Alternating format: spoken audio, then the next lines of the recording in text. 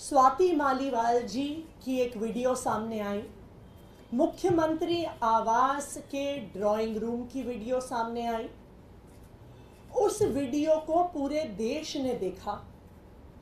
उस वीडियो में स्वाति मालीवाल जी साफ साफ कह रही हैं कि मैंने 112 कॉल कर दिया है और पुलिस आने वाली है। तो उनके अपने शब्दों से ये स्पष्ट है कि जिस समय का वो वीडियो है वो उस समय के बाद का है जहां पर वो क्लेम कर रही हैं कि उनके ऊपर हमला हुआ। लेकिन उस वीडियो को देखकर साफ साफ नजर आ रहा है कि स्वाति मालीवाल जी के ना कपड़े फटे हुए हैं, ना स्वाति मालीवाल जी दर्द से कराह रही हैं, ना स्वाति मालीवाल जी के सर पे चोट लगी हुई है। जो सारी बातें स्वाति मालीवाल जी ने अपनी शिकायत में कही हैं, जो स्वाति मालीवाल जी ने एफआईआर में दर्ज करवाई है, तो ये वीडियो साफ साफ दिखा देता है कि जो कुछ शिकायत में लिखाया गया वो सब सरासर झूठ है। वो ऊंची आवाज में पुलिस कर्मियों को ललकार रही हैं, धमका रही हैं और वो कहीं पर भी उनको शिकायत करती नहीं नजर आ रही हैं कि उनके साथ कुछ गलत हुआ। वो कहीं पर विभव कुमार जी पर इशारा करती हुई नहीं आ रही हैं, कहती हुई कि इन्होंने मुझ पे हमला किया, बल्कि वो विभव कुमार जी के लिए अपशब्दों का प्रयोग कर रही हैं, ऊंची आवाज में कर रही हैं। तो कल जो वीडियो सामने आया उसने पूरे देश के सामने स्वाति मालीवाल जी के आरोपों का पर्दाफाश कर दिया। आज एक दूसरा वीडियो हम आपको दिखाने जा रहे हैं। ये सीएम आवास के गेट के सीसीटीवी की फुटेज का वीडियो है। ये भी स्वाति मालीवाल जी के झूठ को सामने रख देता है, क्योंकि अगर आप सबने ये एफआईआर देखी है जो स्वाति मालीवाल जी ने फाइल करी है, उसमें वो ये कहती हैं कि मुझ पर इतना हमला हुआ कि मैं चल नहीं पा रही थी, कि मैं बेहोशी की हालत में थी, कि मैं बैठ गई, कि मैं लंगड़ा लंगड़ा के चल रही थी, मैं दर्द से कराह रही थी। ये सब स्वाति मालीवाल जी ने अपनी शिकायत में लिखा। लेकिन सीएम रेजिडेंस का गेट का सीसीटीवी का फुटेज ये साफ साफ दिखाता है कि स्वाति मालीवाल जी आराम से, तेज स्पीड से, बिना किसी परेशानी के चल के हाई स्पीड पर बाहर जा रही हैं। बाहर जाके भी वो पुलिस की एक महिला कर्मी को धक्का देती हैं, पुलिस वालों को हड़का रही हैं, अपनी उंगली दिखा रही हैं, ये दिख रहा है कि उन्हें डांट रही हैं। कहीं पर भी स्वाति मालीवाल जी के कपड़े नहीं फटे हुए, कहीं पर भी उनको सिर पर चोट नहीं लगी हुई है। दूर दूर तक वो लंगड़ा कर नहीं चल रही हैं, वो दर्द में करहा कर नहीं चल रही हैं। ये वीडियो मैं चाहूंगी कि स्क्रीन पर दिखाया जाए।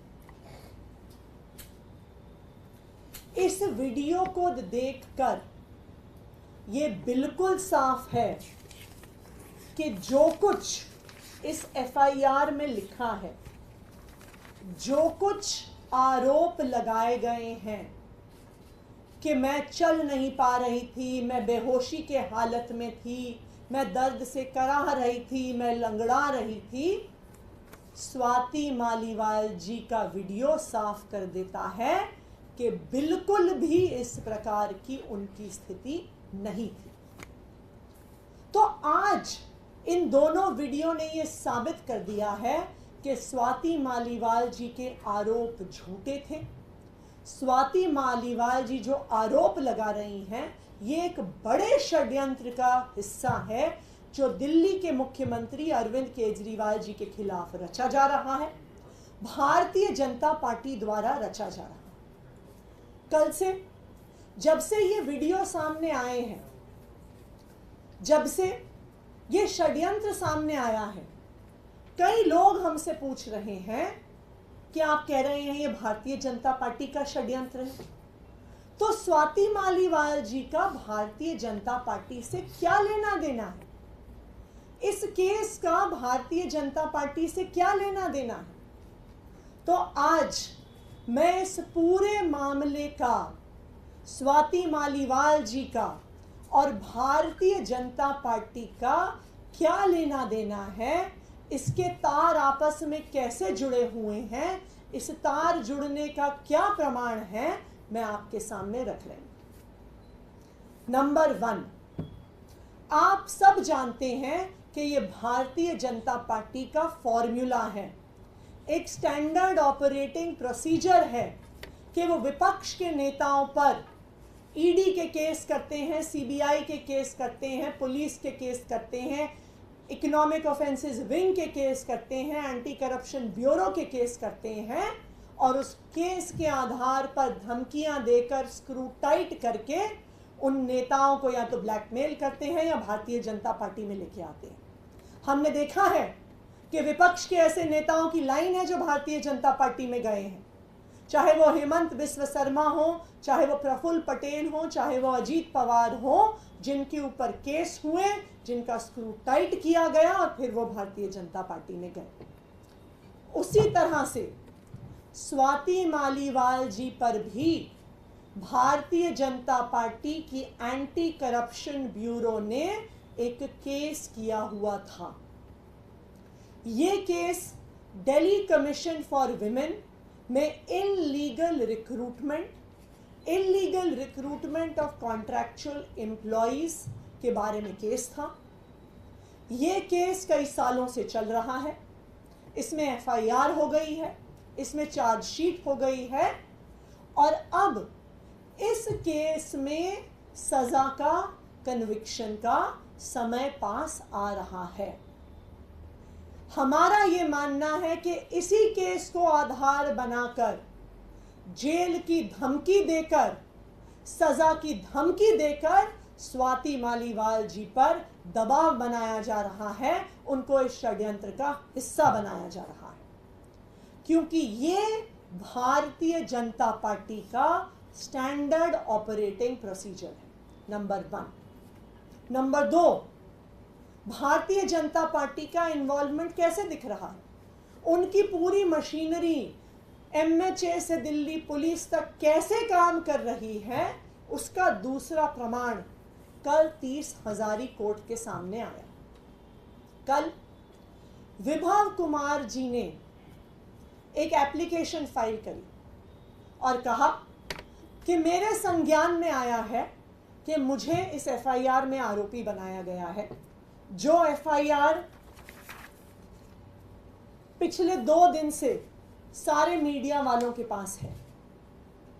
विभव कुमार जी ने 30 हजारी कोर्ट में केस फाइल किया और कहा कि इस एफआईआर की कॉपी आधिकारिक रूप से मुझे उपलब्ध कराई जाए। कल दिन भर कोर्ट मांगता रहा, 30 हजारी के कोर्ट में ये केस चल रहा था, कोर्ट दिन भर दिल्ली पुलिस से मांगता रहा कि भाई एफआईआर की कॉपी दो, एफआईआर की कॉपी दो। कल शाम को थक हार कर जब एफआईआर नहीं आई तो 30 हजारी के कोर्ट ने ऑर्डर किया कि आज सुबह दिल्ली पुलिस एफआईआर की कॉपी लेके 30 हजारी कोर्ट में हाजिर हो। और अब आप देखिए कि आज सुबह दिल्ली पुलिस कोर्ट में एक जवाब देती है जो हम आपसे शेयर करेंगे कि ये एफआईआर बहुत सेंसिटिव है, इसलिए इस एफआईआर को हम कोर्ट में जमा नहीं कर सकते। हम आरोपी को नहीं दे सकते। तो जो एफआईआर पिछले 2 दिन से हर मीडिया वाले के हाथ में है, हर टीवी चैनल को भेजी गई, हर यूट्यूबर को भेजी गई, हर अखबार को भेजी गई, हर वेबसाइट को भारतीय जनता पार्टी द्वारा भेजी गई, आज भारतीय जनता पार्टी की पुलिस ये कह रही है कि हम कोर्ट को नहीं दे सकते, हम अक्यूज्ड को नहीं दे सकते। ये क्या दिखा रहा है कि ये भारतीय जनता पार्टी की साजिश एसएचओ सिविल लाइन से नहीं चल रही है, ये साजिश कमिश्नर पुलिस से नहीं चल रही है, ये साजिश सीधा एमएचए से और होम मिनिस्ट्री से चल रही है। इस केस को सीधा भारतीय जनता पार्टी के हाईएस्ट लेवल से मॉनिटर किया जा रहा है, चाहे वो उस केस को मीडिया में चलाना हो और चाहे ये कहना हो कि हम आरोपी को एफआईआर नहीं देंगे। नंबर 3, विभव कुमार जी ने 24 घंटे पहले एक दिल्ली पुलिस में एक काउंटर कंप्लेंट दर्ज करी। अभी तक विभव कुमार जी की कंप्लेंट के आधार पर दिल्ली पुलिस ने एफआईआर दर्ज नहीं करी। ऐसा कैसे हो गया कि स्वाति मालीवाल जी का जब मुद्दा सामने आता है तो पुलिस वाले खुद उनके घर पहुंच जाते हैं, भारी संख्या में पहुंच जाते हैं, 4-4 घंटे तक उनके यहां रहते हैं, 1 घंटे के अंदर एफआईआर फाइल कर देते हैं, 2 घंटे के अंदर मीडिया पे चलवा देते हैं। लेकिन जब विभव कुमार जी कंप्लेंट फाइल करते हैं, ट्रेसपासिंग की कंप्लेंट फाइल करते हैं, सिक्योरिटी ब्रीच की कंप्लेंट फाइल करते हैं, सरकारी अफसरों पर किस तरह से उनको काम करने से रोका गया, उनके साथ धक्का मुक्की हुई, उसकी कंप्लेंट फाइल करते हैं, तो दिल्ली पुलिस चुप है। दिल्ली पुलिस उस पर एफआईआर नहीं कर रही है, दिल्ली पुलिस उस पर जवाब तक नहीं दे रही है। क्यों नहीं दे रही है? क्योंकि दिल्ली पुलिस इस केस पे इन्वेस्टिगेशन नहीं कर रही है। दिल्ली पुलिस सिर्फ और सिर्फ भारतीय जनता पार्टी का एक हथियार बनकर चुनाव से पहले अरविंद केजरीवाल जी पर हमला कर रही है। ये है इस पूरे केस की सच्चाई। ये पूरा मामला अरविंद केजरीवाल जी पर हमला करने के लिए है। ये पूरा मामला चुनाव से जुड़ा हुआ है और अरविंद केजरीवाल जी की जमानत होने के बाद, अरविंद केजरीवाल जी के जेल से बाहर आने के बाद उन पर ये आरोप लगाने का एक बहुत बड़ा षड्यंत्र है जो भारतीय जनता पार्टी ने रचा। Thank you. लेकिन आप तो सब आरोप लगा रही है स्वाति मालीवाल की मेडिकल रिपोर्ट है। When there is a footage of her coming out, is there a footage which shows that she is barging in and trying to go inside? हमने दिल्ली पुलिस को सारी फुटेज अवेलेबल करवा दी है। हमने उनको कहा है वो जो सारी फुटेज देखना चाहते हैं वो देख लें। इस फुटेज को देख के सारा दूध का दूध, पानी का पानी हो जाएगा।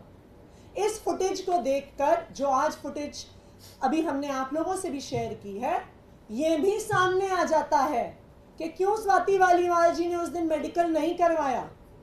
ये बिल्कुल साफ हो जाता है कि जो वो आरोप लगा रही थी कि कपड़े फटे हुए थे, मैं इतनी जोर की गिर गई कि मेरा सर फट गया, टेबल से लग गया, मेरे कपड़े फट गए, मैं दर्द में करा रही थी, मैं चल नहीं पा रही थी, मेरा चश्मा गिर गया, ये सारी फुटेज उस झूठ का पर्दाफाश कर देती है और दिखा देती है कि क्यों स्वाति मालीवाल जी ने 13 मई को कंप्लेंट पुलिस में नहीं करवाई, क्यों मेडिकल नहीं करवाया। Ma'am, why Vibhav Kumar waited 4 days to file this complaint if trespassing were done 4 days back? Is it just a counter to Swati Maliwal's FIR? देखिए, इस पूरे मामले की सच्चाई विभव कुमार जी ने अपनी कंप्लेंट में सामने रख दी है। सीसीटीवी फुटेज सीएम रेजिडेंस का, जब से वो अंदर घुसी, जब से उन्होंने पुलिस वालों को धमकाया, वो अंदर गई, वेटिंग रूम से ज़बरदस्ती घर के अंदर गई, फिर वापस आने की फुटेज पुलिस को अवेलेबल करवा दी गई। अब सवाल ये है कि क्या पुलिस निष्पक्ष जांच करेगी? क्या पुलिस विभव कुमार जी की कंप्लेंट पे एफआईआर फाइल करेगी? क्या वो स्वाति मालीवाल जी के क्लियरली झूठे आरोपों पर एक्शन लेगी? मेरा तो ये क्लियर कट अंडरस्टैंडिंग है कि नहीं करेगी। मैं दिल्ली पुलिस को चैलेंज कर रही हूं कि अगर आप भारतीय जनता पार्टी का एक राजनीतिक हथियार नहीं है, अगर आप निष्पक्ष जांच करना चाहते हैं तो करिए रजिस्टर एफआईआर, विभव कुमार की कंप्लेंट पे करिए एफआईआर। क्या सीएम रेजिडेंस की ब्रीच ऑफ सिक्योरिटी एक सीरियस मुद्दा नहीं है? क्या सीएम हाउस की सिक्योरिटी के साथ धक्का मुक्की एक सीरियस मुद्दा नहीं है? क्या सीएम आवास में ट्रेसपासिंग एक सीरियस मुद्दा नहीं है? आपके दिल्ली के मुख्यमंत्री की सिक्योरिटी को कोई ब्रीच करके चला गया, वो आपके लिए सीरियस मुद्दा नहीं है? तो दिल्ली पुलिस की निष्पक्षता उनके अब आगे के एक्शन से सामने आएगी। मेडिकल रिपोर्ट में जो इंजरी है वो स्टैब्लिश हुई है, जो मेडिकल रिपोर्ट स्वाति की आज सबमिट की गई है। देखिए, असली सवाल ये पूछने वाला है कि स्वाति मालीवाल जी ने मेडिकल करवाने के लिए 3 दिन का इंतजार क्यों किया? अगर उन्हें चोट लगी थी, अगर उन पे हमला हुआ था, वो उस दिन क्यों नहीं गई?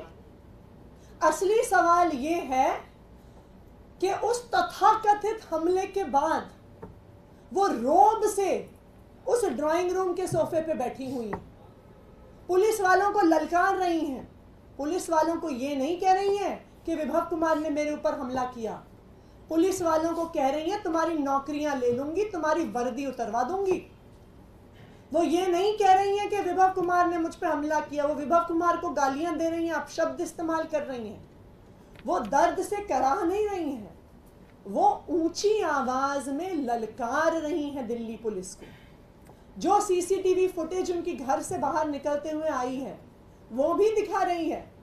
4 दिन बाद जब वो 30 हजारी कोर्ट जाती हैं, 3 दिन बाद जब वो एम्स जाती हैं, उसके बाद तो ऐसा लग रहा है कि चल नहीं पा रही हैं, गाड़ी से उतर नहीं पा रही हैं, उनको व्हील चेयर की ज़रूरत है, उनको सहारे की ज़रूरत है।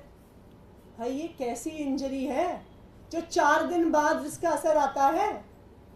जो 10 मिनट बाद आराम से चलती हुई नजर आ रही हैं, उनको कोई दर्द नहीं हो रहा, उनको कोई दिक्कत नहीं हो रही, वो पुलिस वालों को धक्का दे रही हैं, वो पुलिस वालों को धमका रही हैं, तो 4 दिन बाद क्या हो गया? भाई ये तो इस देश के लिए एक यूनिक मेडिकल रिसर्च का टॉपिक है कि ये कैसी इंजरी है, ये कैसी चोट है जिसका असर 4 दिन के बाद होगा। मैम, एक सवाल, जेपी नड्डा ने कहा है कि आम आदमी पार्टी माइनस में पहुंच गई है और ये वो अपने ही इंटरनल वॉल्स को भर नहीं पा रही है, और अगर ये बीजेपी का स्कीम था तो मुख्यमंत्री अरविंद केजरीवाल क्यों जवाब नहीं दे रहे थे, माइक इधर उधर क्यों कर रहे थे? भारतीय जनता पार्टी का ये स्टैंडर्ड ऑपरेटिंग प्रोसीजर है। वो विपक्ष की पार्टियों के नेताओं पर केस करते हैं, CBI, ED, income tax department, economic offences wing, anti corruption bureaus का इस्तेमाल करते हैं, उसके आधार पर नेताओं को ब्लैकमेल करते हैं। ये कोई आज की कहानी नहीं है, ये पूरे देश ने देखा है कि किस तरह से चाहे कांग्रेस पार्टी के नेता हों, चाहे एनसीपी के नेता हों, एक एक करके केस लगाए जाते हैं, फिर उनको भारतीय जनता पार्टी में शामिल किया जाता है।